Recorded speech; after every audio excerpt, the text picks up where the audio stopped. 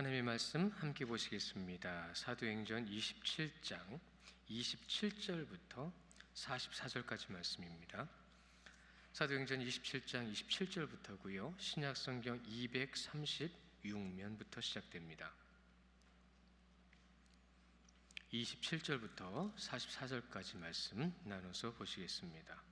27절 열 나흘째 되는 날 밤에 우리가 아드리아 바다에서 이리저리 쫓겨가다가 자정쯤 되어 사공들이 어느 육지에 가까워지는 줄 짐작하고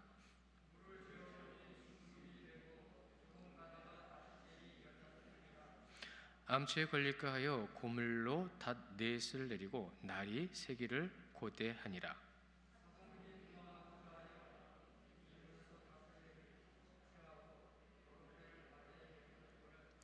바울이 백부장과 군인들에게 이르되 이 사람들이 배에 있지 아니하면 너희가 구원을 얻지 못하리라 하니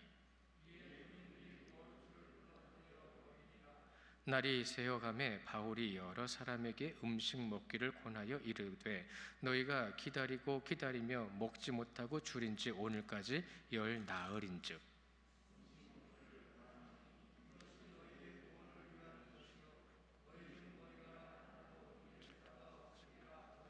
떡을 가져다가 모든 사람 앞에서 하나님께 축사하고 떼어 먹기를 시작하매 배에 있는 우리의 수는 전부 276명이었더라.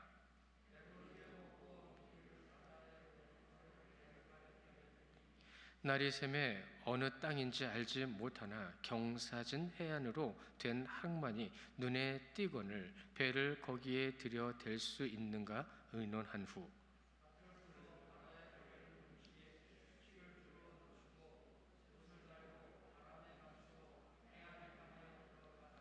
두 물이 합하여 흐르는 곳을 만나 배를 걸매 이 물을 부딪혀 움직일 수 없이 불고 고물은 큰 물결에 깨어져 가니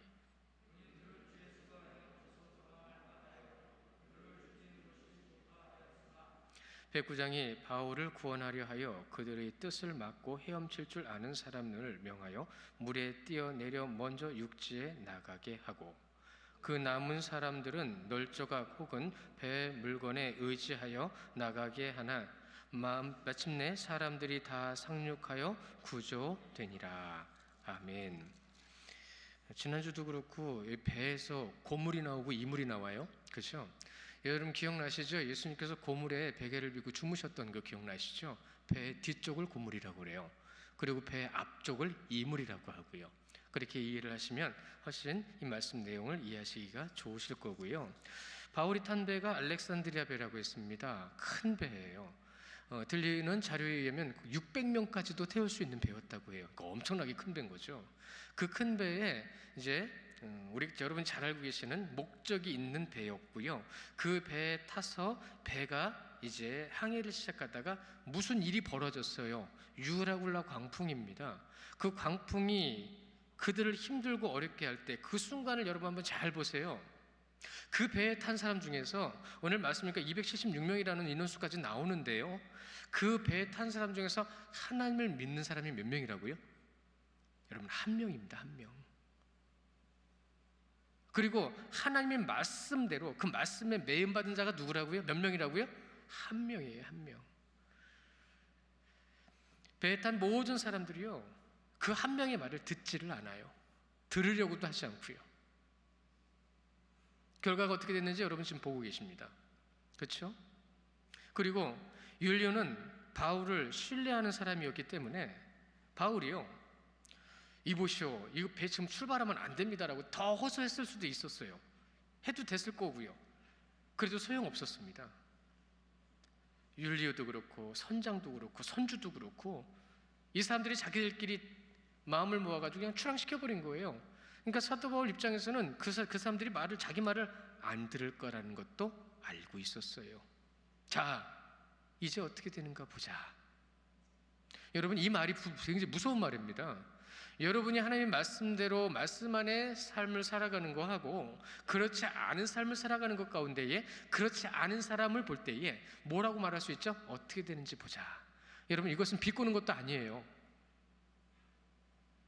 망하라고 말하는 것도 아니에요. 왜요? 어차피 그는 들을 귀가 없거든요.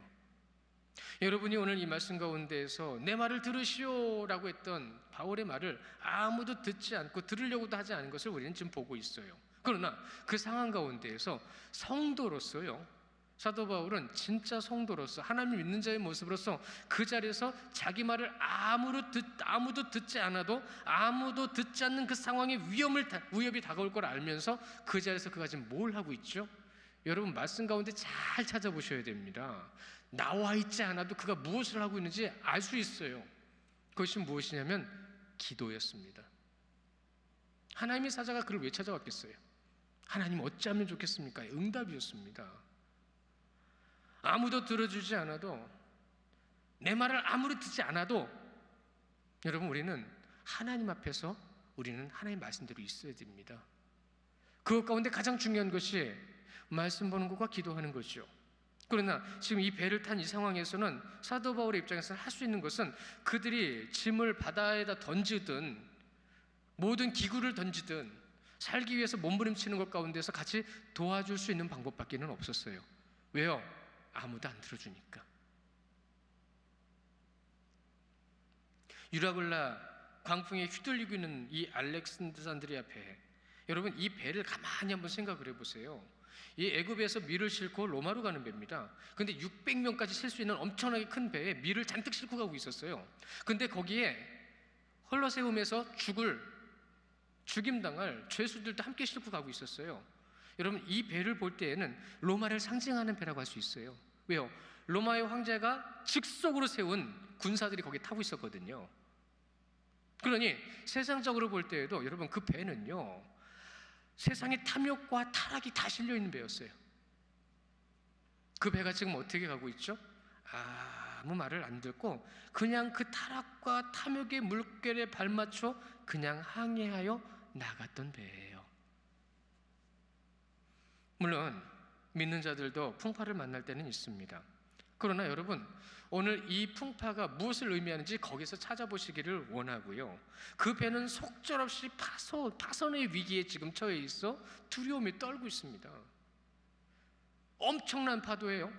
여러분, 호모의 그 오디세이라는 책에 저는 다 보지는 않았지만 거기에 전해지는 기록이 있어서 여러분한테 전해드리는 건데, 거기에 보면 이런 말이 있습니다. 바다는 죄인들을 집어삼킨다 라는 말이 있어요. 그러니까 뭐냐면은 바다에 나가서 만약에 파도가 심해서 그 배가 뒤집어지거나 바다가 그들을 삼켜버리면 무엇이라는 거예요? 그들은 죄를 지었기 때문에 그랬다는 거예요. 그러면 지금 이 상황은 무슨 상황이 되는 거예요? 자기들 스스로 보기에도 자기들은 죄인인 거예요. 그렇죠? 그들의 사상에 따라서 본다면 그들은 지금 죄를 너무 많이 져서 이젠 죽게 된 거예요. 그런데 지금 사도 바울이 그들을 어떻게 하고 있죠? 결과를 여러분 벌써 알고 계시잖아요. 결과를 알고 계시다고 한다면 사도 바울이 거기서 그들에게 어떤 존재로 나타나야 되고 세워져야 되는지를 그들은 깨달았어야 되는 거예요. 우리들도 깨달아야 됩니다. 자, 여러분 보십시오. 그들이 지금 그 밤에 엄청나게 두려움과 괴로움에 지금 시달리고 있는 그 밤, 그런데 그 밤에 하나님의 사자는 사도 바울을 찾아갔습니다. 사도 바울을 찾아가서 사도 바울에게 내가 23절에 지난주에 보셨죠? 23절에 보시면 내가 속한 바 곧 내가 섬기는 하나님의 사자가 어젯밤에 내 곁에 서서 말씀하시되라고 했어요. 구원의 서막이 열려요. 모든 것을 내려놓을 수밖에 없는 그 상황에서 지금 누구의 말을 듣고 있는 거죠? 이제는 우린 죽었구나 하고 하는 그 상황에서 유일하게 딱 한 사람, 큰 목소리로 당신들은 죽지 않을 겁니다라고 말하는 자가 누구죠? 하나님의 말씀을 붙드는 자, 의지하여 그 가운데 믿음으로 서 있는 자의 말을 듣고 있습니다.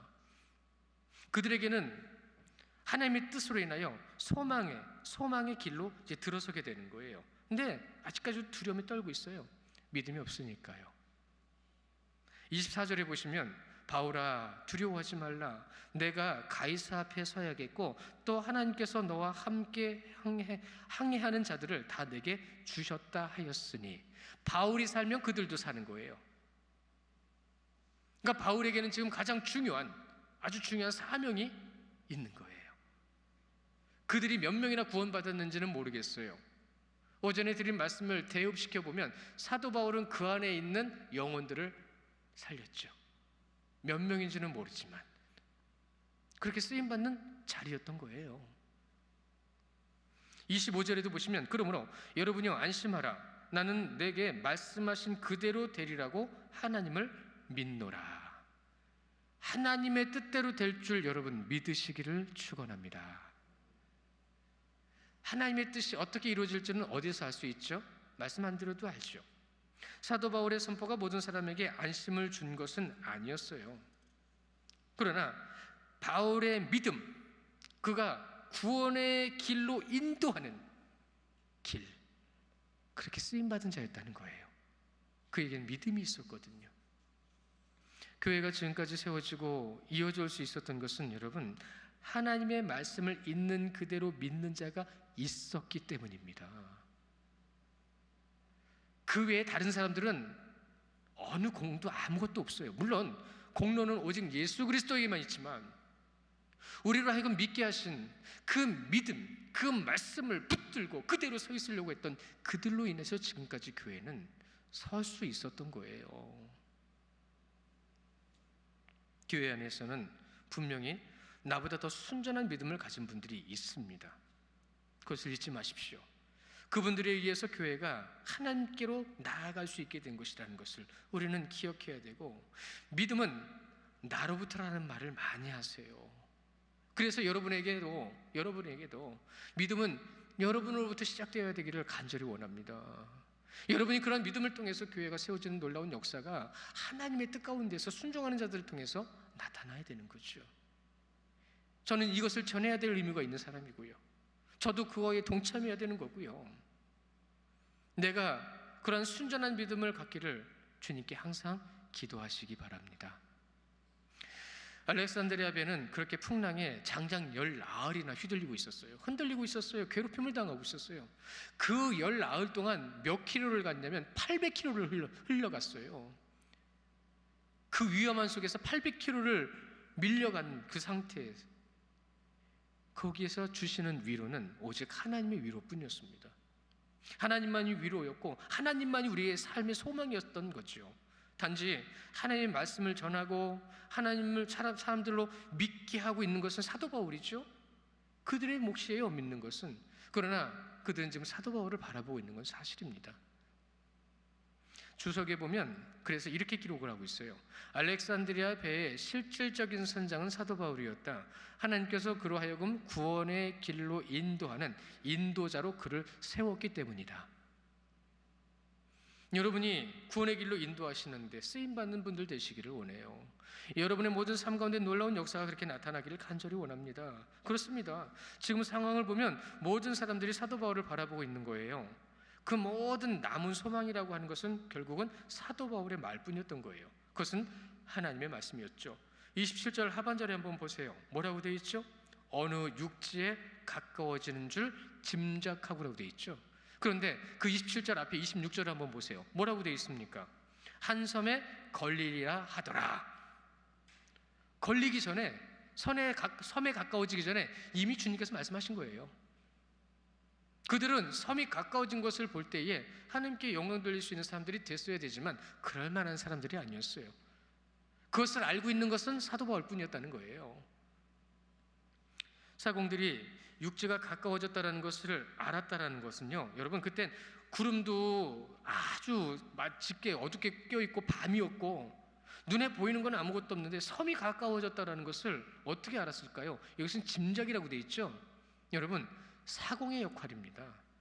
사공은 맨날 배만 타고 다녔기에 바닷소리를 알았고 바람 소리를 알았어요. 파도가 육지에 부딪히는 소리를 들은 거예요. 그래서 그들이 한 것이 무엇이죠? 바다 물바닥 높이 깊이를 재보는 거예요. 재보고 조금 가서 재보니까 또 재보고. 여러분, 이들이 여기서 느껴야 되는 건 뭐냐면 배가 지금 섬 쪽으로 가고 있다는 겁니다. 근데 그 배는 무엇에 의해서 가고 있는 거예요? 풍랑에 의해서 가는 거예요. 바람이 지금 배를 섬 쪽으로 밀어붙이고 있는 거예요. 800km를 그렇게 방황하던 배가 이제는 섬 쪽으로 직진하고 있는 거예요. 아무도 여기서는 감동하는 사람이 없어요. 그것을 지금 분명히 확인하고 있음에도 불구하고, 그래서 암초에 걸릴까 봐 모든 걸 다 버립니다. 또 거기서 그나마 남은 것들을. 그런데 이때 의심하는 무리들이 나타납니다. 그것이 바로 사공들이었어요. 배를 갖다 이리저리 손보는 척하고, 처음에 풍랑이 시작될 때 거루를 배 위로 올렸죠. 이게 구명정이라고 그랬어요. 조그만 배. 손보는 척하면서 구명정을 슬쩍 내리고 도망가려고 그러는 겁니다. 그 와중에 자기들 살겠다고 지금 그런 행동을 하고 있는 거예요. 근데 그것을 누구에게 들키냐면 사도 바울에게 들켜요. 근데 분명히 사도 바울은 하나님께서 그들을 너에게 맡기셨다고 하셨어요. 그들이 흩어지는 것은 용납하면 안 돼요. 그러나 그 안에 또 중요한 목적이 있죠. 보시면 31절에 이 사람들이 배에 있지 않냐면 너희가 구원을 얻지 못하리라. 사도 바울의 말입니다. 그러나 이 말 안에 무슨 뜻이 있냐면, 선원들은 배를 다룰 줄 아는 사람들이었어요. 하나님이 밀어주셔도 그들이 감당해야 될 부분은 있었다는 거죠. 그래서 이 사공들이 배에 남고 결국은 나머지 모든 사람들과 함께 배가 파손되기 전에 구조되는 상황 가운데에서 그들이 의논하여 그 상황을 풀어갑니다. 여러분 잊지 마십시오. 하나님은 사람을 들어 쓰세요. 성령의 시대를 맞이하고 있는 우리 이때에는 하나님께서 사람의 마음에 감동을 주시고요, 감동을 주신 그 감동 가운데 순종하게 하시고요, 그것이 옳고 그름에 대한 분명한 분별함도 주십니다. 그런데 그것이 하나님의 말씀의 기준과 기도의 깨어있음을 통하여 분명히 하나님의 이름으로 쓰임받는다는 거죠. 그런데 지금 이 배 안에는요 많은 사람들이 있습니다. 이 많은 사람들 가운데는 야비하고 어리석은 자들도 있어요. 그러니 그 배에 있는 사람들 볼 때에 여러분, 그들이 안타깝지만 구원의 자리에 있는지 심판의 자리에 있는지 죽음의 자리에 있는지 아무도 몰라요. 주님만 아세요.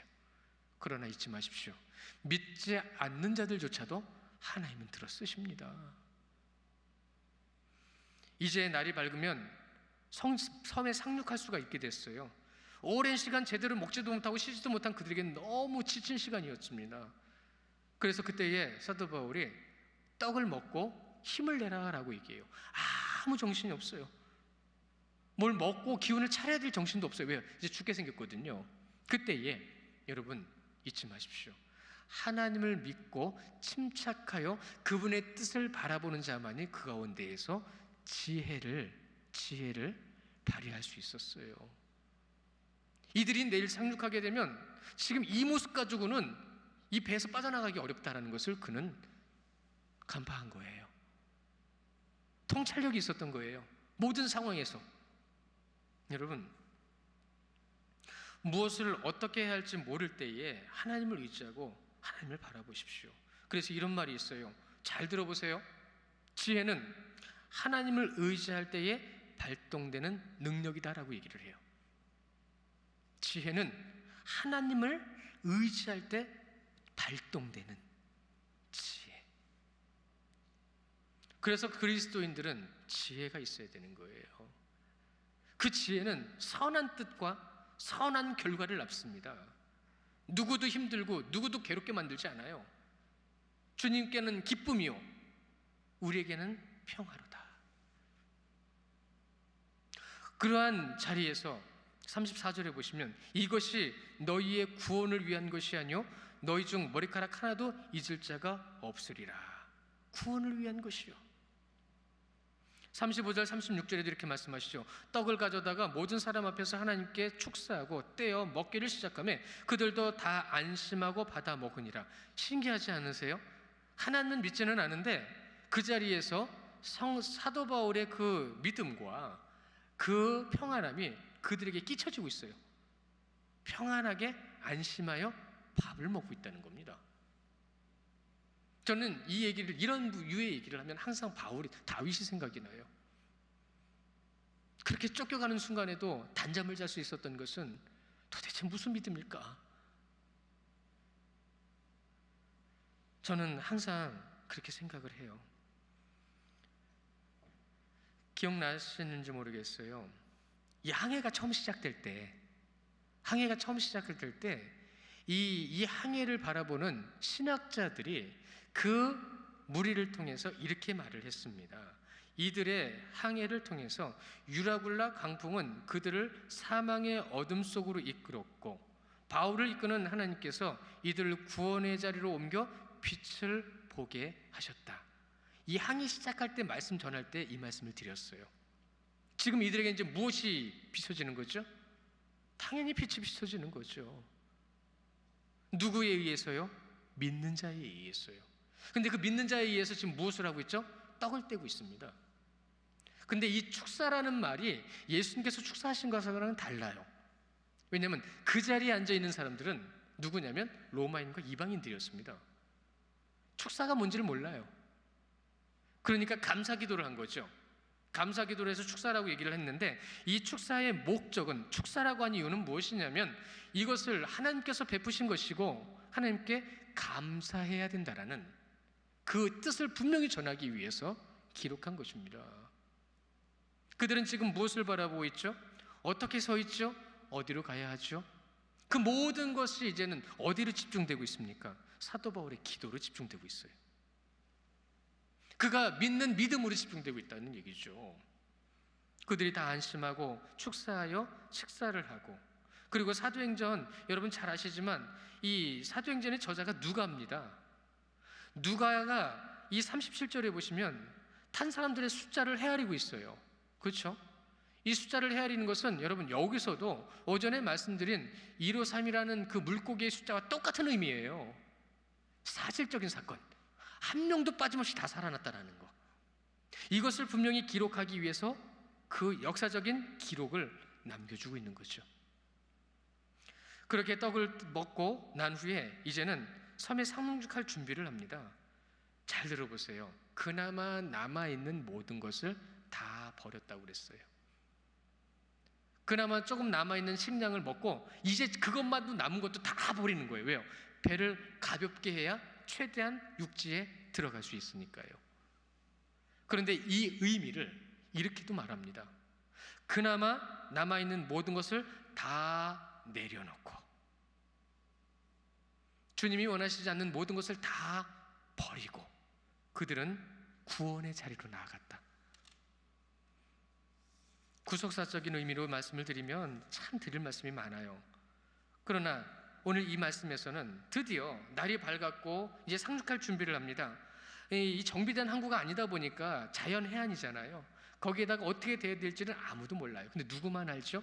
사도 바울이 붙잡은 그 사공들이 합니다. 두 물이 만나는 곳은 강이 내려오는 곳과 바다가 만나는 곳이에요. 그러니까 더 깊이 들어갈 수 있는 거죠. 그러나 여기에서 여러분 잘 아까 말씀도 보셨겠지만 고물은 파손되어지고 이물은 그곳에 닿더라는 말이 나와요. 이제 아시겠죠? 이물은 앞부분이니까 앞부분은 육지에 닿고 뒷부분은 아직도 밀어치는 파도에서 부셔져 가고 있는 거예요. 이때에 사도 바울은 모두를 살리기 위해서 이제 다 헤엄쳐 나가야 되는데 군인들은 생각이 달랐습니다. 군인들은 이들을 죽여야 되는 거예요. 왜 죽여야 되냐면 당시 로마는 죄인들이 도망치거나 놓치게 되면 그 죄인의 죄값을 그 죄인을 붙들고 있던 놓친 그 군인이 다 치러야 됐어요. 그러니까 여러분도 기억나시잖아요. 예수님의 제자들이 감옥에 갇히고 사도 바울이 갇혔을 때에 그때 그 간수들이 어떤 행동을 했죠? 죽으려고 그랬어요. 자결하라고 그랬어요. 어차피 죽을 거니까. 근데 스스로 죽는 게 나은 거죠. 고문당하다 죽는 것보다. 여기서도 그러는 거예요. 그러니까 이 군인들의 판단은 맞는 판단이었어요. 로마 입장에서는. 그러나 백부장이 사도 바울을 살리기 위해서 명을 내립니다. 죽이지 말라. 헤엄칠 수 있는 자는 다 나가라. 그리고 헤엄 못 치는 자들은 의지할 것을 가지고 한 명도 빠짐없이 다 육지로 나아갔습니다. 22절에 보시면 내가 너희를 권하노니 이제는 안심하라. 너희 중 아무도 생명에는 아무런 손상이 없겠고 오직 배뿐이니라 말씀드렸습니다. 배는 완전히 부셔져서 바다에 가라앉았고 사람들은 모두가 구원받았습니다. 성도 여러분, 하나님의 역사는 믿는 자로 하여금 그 놀라운 역사를 경험하게 하신다고 했습니다. 그러나 믿음의 확신이 있어야 되고 믿는 자의 순종이 있어야 됩니다. 말씀만 이 머릿속에 있다고 해서 이루어지는 게 아니에요. 해야 된다라는 생각이 있다고 해서 주님의 역사가 나타나는 게 아니에요. 지금 나를 붙들어 주시고 깨우쳐 주신 것만으로도 엄청난 놀라운 구원의 역사를 이루고 계시는 과정이지만, 우리가 하나님의 놀라운 역사를 이룬 것 가운데에 너희의 구원의 열매와 온전한 합당한 열매를 맺으라라고 말씀하신 것 가운데에서 우리에게 분명한 열매는 믿음의 행실인 겁니다. 수요 예배 때 여러분에게 말씀드린 것처럼 지난주에 선행을 통한 견인이 있어야 됩니다. 참고 견디고 이겨내고 주님이 가셨던 것처럼, 그러면 분명히 한 사람도 빠짐없이 구원받은 것처럼 여러분에게도 주님의 놀라운 역사가 분명히 나타날 줄 믿으시기 바랍니다. 우리가 그 믿음을 가지고 아버지 앞에 서 있는 거예요. 사도 바울과 함께했던 이 누가가 지금 이 사도행전을 기록하고 있는 거거든요. 그 누가의 기록을 신학자들은 이렇게 얘기합니다. 누가는 어느 시대 어떤 역사가도 그려내지 못한 급박하고도 놀라운 항해 사건을 사실적이면서도 자세하게 기록함으로 하나님의 뜻과 약속이 바울을 통해서 어떻게 성취되고 있는가를 잘 보여주고 있다. 지금도 하나님의 생명책에는 여러분의 신앙의 모습이 기록되고 있어요. 어떻게 기록될까요? 하나님이 하시는 분명한 사실로 기록되고 있을 겁니다. 그 믿음의 행실과 믿음의 삶을 통하여 하나님께서 여러분 가운데에 놀라운 역사를 이루시기를 간절히 원하고요. 이번 또 한 주간 우리에게도 주어지는 한 주간입니다. 이 한 주간이 지나면 또 3월 달로 넘어가요. 어찌나 시간은 그렇게 하염없이 지나가 버리는지 겁이 나는데, 여러분, 이 사순절이라는 기간, 주님께서 원하시는 건 하나님을 영화롭게 하는 거지만 우리로 하여금 영화롭게 하기 위하여 주님께서 걸으신 그 길을 우리는 생각하지 않을 수 없어요. 주님의 그 사랑을 우리는 나누지 않으면 안 돼요. 우리는 그 가운데에 진정한 주님의 뜻을 보여야 합니다. 여러분의 믿음의 행실, 또한 절제된 믿음의 모습이 이번 3월 한 달 동안 주님 앞에 금식도 하십시오. 새벽 예배도 나오십시오. 지금은 모이는 것을 갖다가 강요할 수 없는 시기다 보니까 이렇게 말씀을 드리지만, 나오시지 못하면 집에서 꼭 시간 정해놓고 그 시간에 기도하시고 말씀 보시고 성경 통독하시고, 그리고 주님께 고백하십시오. 한 걸음 한 걸음이 주님 앞에 아주 귀하고 소중한 날로 세워지는 한 주가 되시기를 주님의 이름으로 축원합니다. 잠깐 제가 기도하겠습니다. 아버지 하나님,